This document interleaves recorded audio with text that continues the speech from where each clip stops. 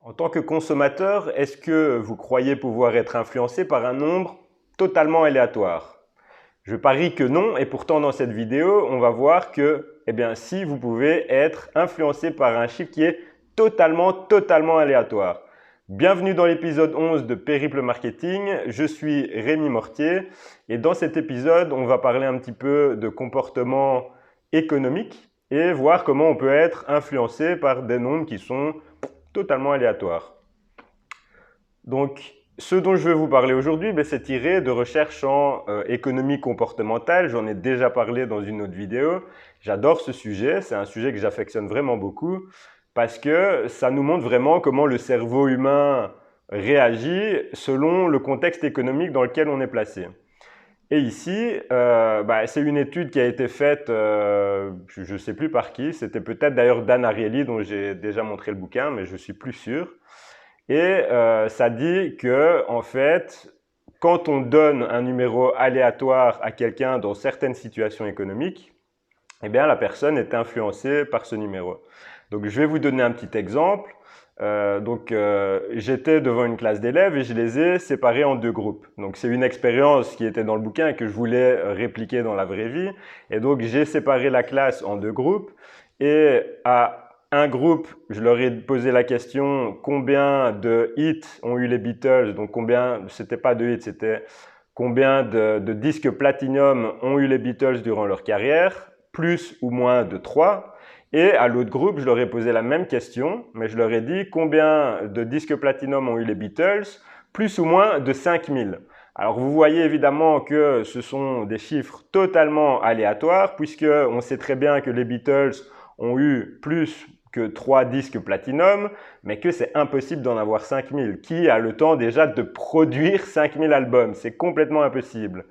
Mais alors ce qu'on a vu, c'est que quand j'ai comparé les résultats des deux groupes, eh bien, le groupe à qui j'avais donné le chiffre de comparaison 3 avait en moyenne une réponse qui était beaucoup plus basse que le groupe à qui j'avais dit 5000. Et donc là, on voit qu'ils se sont fait influencer par un chiffre qui était totalement ridicule, totalement aléatoire. Et vous pourriez vous dire, bon, ça n'a pas un gros impact, c'est pas très grave de savoir que les Beatles ont eu plus de 5000 ou moins de 5000 albums platinum. Mais dans certains cas, ça peut avoir une conséquence qui est très réelle. Par exemple, ils ont fait une étude aux États-Unis et ils ont vu que plus on demandait de dommages et intérêts, même si c'était une somme complètement absurde, et plus la somme que le juge attribuait au final était élevée. Donc si vous demandez 1 milliard de dollars aux États-Unis, vous avez beaucoup plus de chances, même si c'est une somme absurde, d'avoir un gros gain. Enfin, on ne parle pas vraiment de gain, mais que le juge vous accorde une grosse somme que si vous demandez tout simplement 100 000 dollars. Donc ça, c'est quand même assez incroyable. Ça veut dire que même les juges se font influencer par ce chiffre aléatoire qu'on appelle d'ailleurs en économie comportementale l'encre. Donc vous ancrez le mental de quelqu'un sur un certain chiffre et ça va l'influencer dans sa décision, ça va l'influencer dans même les choix qu'il fait. Alors, dans quel cas ça fonctionne, dans quel cas ça ne fonctionne pas. Donc ça fonctionne dans les cas où la personne ne sait pas exactement la réponse ou ne sait pas exactement la valeur d'un objet, par exemple. Donc imaginez dans mon exemple avec les Beatles, évidemment si quelqu'un dans la classe savait que les Beatles ont eu exactement 42 disques platinum, ils ne vont pas se laisser influencer par le 3 ou par le 5000 parce qu'ils connaissent exactement la réponse. Mais dans beaucoup de choix économiques, on ne connaît pas exactement la réponse ou la valeur d'un objet. Et donc, vous voyez souvent ça en ligne, par exemple, ceux qui vendent des objets en ligne ou ceux qui vendent des formations en ligne, quand ils vous montrent une réduction, Groupon, c'est l'exemple parfait. Vous voyez par exemple une montre qui est à 100 € sur Groupon et dont le prix de base est 600 €. Alors, est-ce que vraiment la montre, elle vaut 600 € à la base? Là, de temps en temps, non, elle ne vaut pas 600 €. C'est juste qu'ils ont mis 600 € pour vous donner une encre, pour que vous vous disiez « Waouh, je fais une super affaire, c'était 600 €, maintenant c'est 100 €. » On voit ça énormément aussi dans le monde des formations.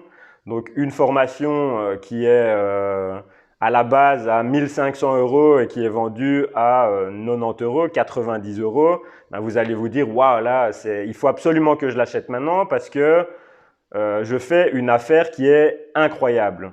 Pourquoi? Parce que vous ne connaissez pas la valeur de la formation à la base et donc vous croyez simplement ce que vous voyez sur la page de vente et vous vous dites, voilà, vu qu'elle était à 5000 € et que maintenant je peux l'avoir à 90 €, c'est une réduction de 99%.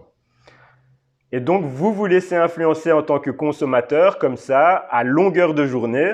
Donc, prêtez vraiment attention à ces structures d'offres-là. Et vous allez voir que, en fait, vous vous faites influencer tous les jours par ce type d'offre, par ce type de mécanisme. Donc, on met une encre qui est assez élevé en général et puis après on dit mais vous n'allez pas payer ça, vous allez payer moins. Et même dans vos discours commerciaux par exemple, ça peut fonctionner. Vous pouvez par exemple avoir des packages. Et donc imaginez que vous vendez un package où vous vendez de la publicité Facebook, de la publicité Instagram, un reportage photo, un reportage vidéo, etc. Et vous listez tous les composants et vous dites par exemple au client, voilà, donc pour Facebook, ça vous coûterait 300 €. Pour Instagram, ça vous coûterait également 300 €. Pour le reportage photo, ça vous coûterait 500 €. Donc, on est déjà à 1100 €. Pour le reportage vidéo, 1000 €. Donc, on sera à 2100 €. Mais je ne vais pas vous faire payer 2100 €. Le package total, il est à 1500 €. Et donc, de cette manière-là, vous ancrez le mental de la personne sur les 2100 € pour au final leur proposer quelque chose à 1500 €. Et là, ça paraît pas cher parce que comparé aux 2100 €, c'est beaucoup moins cher.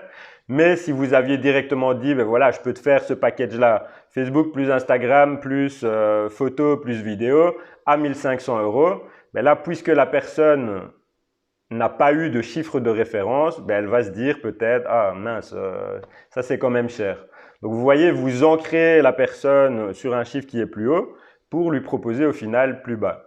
Vous pouvez aussi lui dire dans le speech commercial, bon évidemment ça ne va pas te coûter 10 000 €, donc un chiffre qui est complètement absurde, ça ne va pas te coûter 10 000 € avec nous, c'est seulement 1500 €. Et ça, ça fonctionne, ça va mentalement, votre prospect va se dire, ok ça va, il va relativiser, il va se dire que c'est moins cher.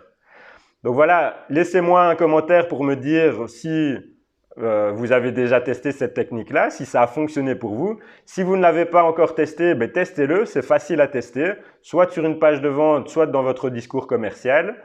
Et si vous êtes nouveau sur cette chaîne et que vous n'êtes pas encore abonné, abonnez-vous et laissez-moi un petit like. Je vous dis à bientôt dans la prochaine vidéo.